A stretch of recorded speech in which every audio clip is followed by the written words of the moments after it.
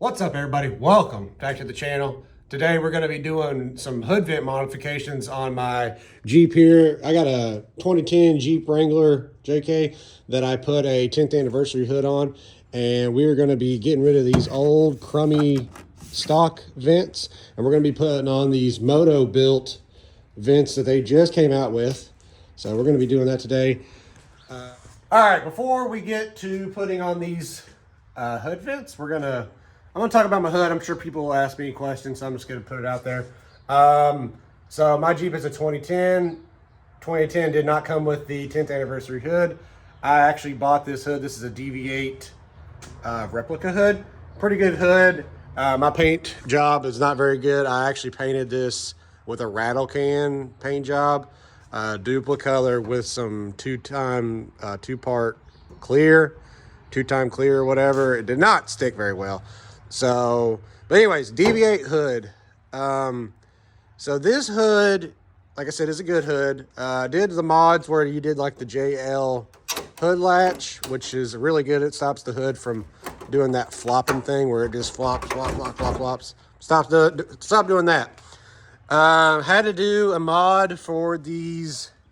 Did a little mod for these washers. So the 2010, I think it's up to 2012 where before they changed the hood style, you have one singular washer outlet, and it has two for the 12 and up, I guess.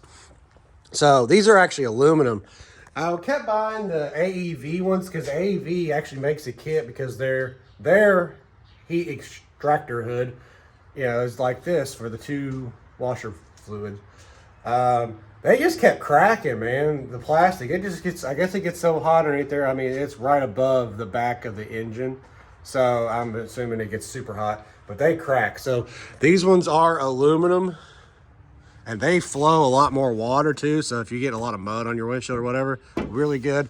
I'll put a link to everything, the DV8 hood, the hinges I got on Amazon, these things I got on Amazon. This is just factory, your footman loop and your knobs. So, but let's go ahead and take those old vents out, and then we'll dry fit these on there to see what they look like. I'm gonna paint them. I already got some paint, and then that's what we'll do. So we'll go from there. Let's lift this hood, and I'll show you how cracked and disgusting it is underneath.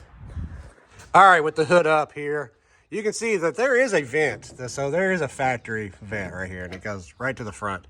So it's a little vent, but not nothing else. But you can see this tab is cracked. So, I mean, that's what it does when you're driving down the road. It just flops and flops and flops and flops. So get rid of that crap. They're terrible. So get rid of those, and we'll test fit these Motobilt ones. But here's the washer outlets right back here. So you can see they're right back where most of the engine is heat, but they are aluminum. So definitely get those. Like I said, I'll put those in the link down below in the comments, or down below in the description there. I'll put a link to all the stuff that is used on this hood. But yeah, let's take these vents out, and then we'll dry fit these, test fit these to see how they go, and then we'll take them back off and paint them. All right, pulled out the old ones. They're just held on by little clips on the side here, but there's the only little vent that you get. I know people that's literally cut all this out or whatever, but they're junk. Like I said, clips break. It gets hot underneath there, so this plastic stuff just does not last. But here is how it's supposed to, this is how it's going to look here. So this is like your top piece. This is your vent piece. This goes on top of the hood. This is like your sandwich piece that goes on the underneath the hood, and then this is a rain, like a catcher. So any rain gets anywhere, gets diverted away from the important bits that you got going on down there, like your electrical and stuff like that. So that's how it's supposed to go. So this goes on top of that, and then that goes, sandwiches underneath the hood, and then that goes under like that. So pretty simple. They give you all the hardware right here, and they have a write-up on their website, so not hard. I don't even think I'm going to dry fit them. I think I'm going to actually go ahead and paint them right now and do that. Or I might just do one side, see how it is, and then do like that. I'm not sure. Because I want to do some, I want to kind of get fancy with it, you know. I definitely want to get this black, and this is going to be black. If this was like a different color Jeep other than white, I might leave them, but where it's white, this brushed aluminum, or this aluminum just kind of get faded away. So I think I might get a little fancy, you know, with some like red behind here, and then like I got some wrinkle black that I kind of want to use, so use some wrinkle black, and we'll see how it looks. So let's try that out. All right, we're out here painting the stuff up here. We got a couple coats on, waiting for it to dry right now. So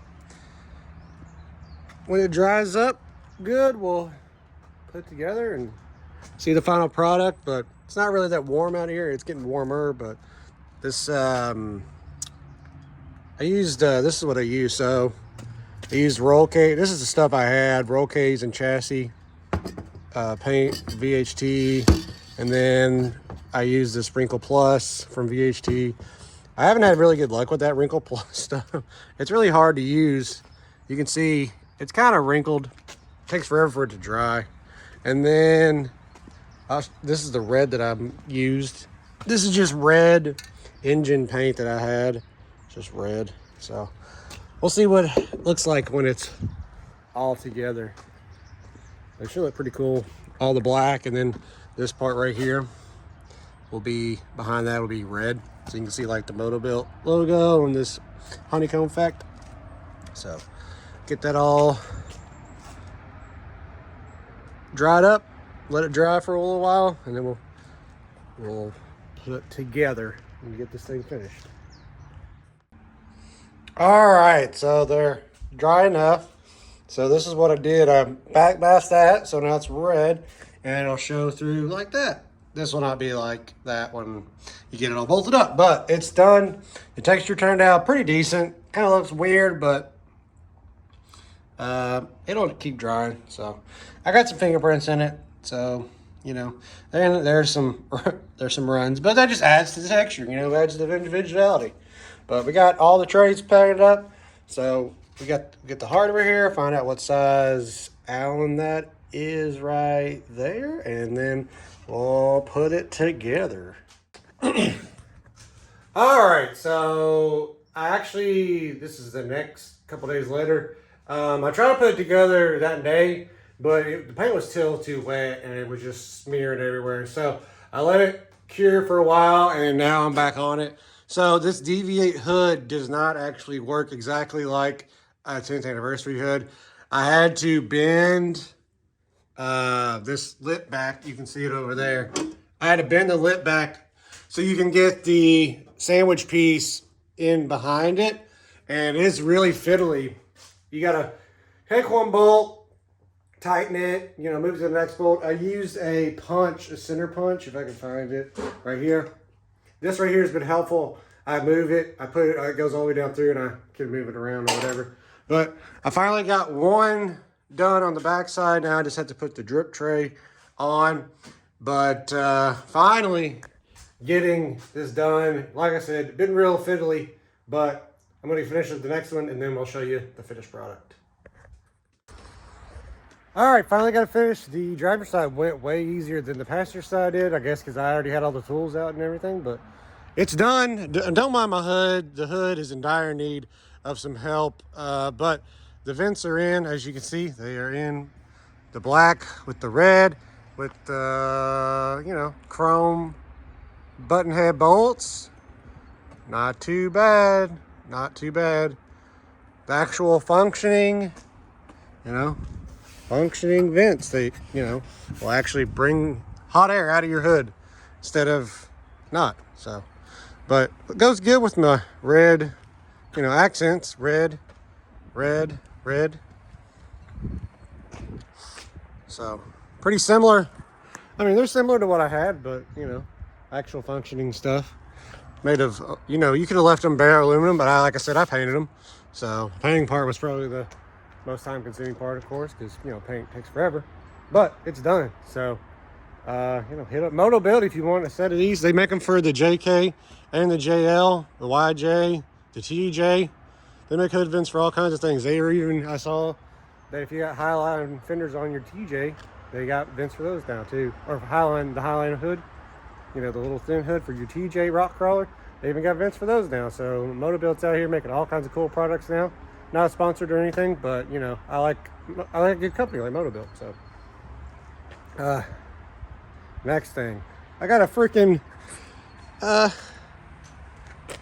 water leak again. I think my radiator that I just put in is cracked, so I got to put a new radiator in this thing or figure out what the deal is with that. So, but that's gonna be the end for this video. Hood vent done.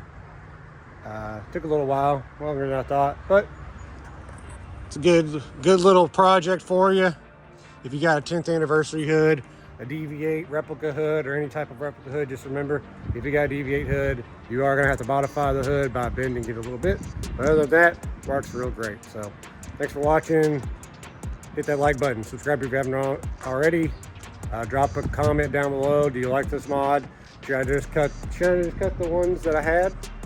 I mean, that would have worked, but you know, whatever. So like I said though, thanks for watching. We'll see you in the next one.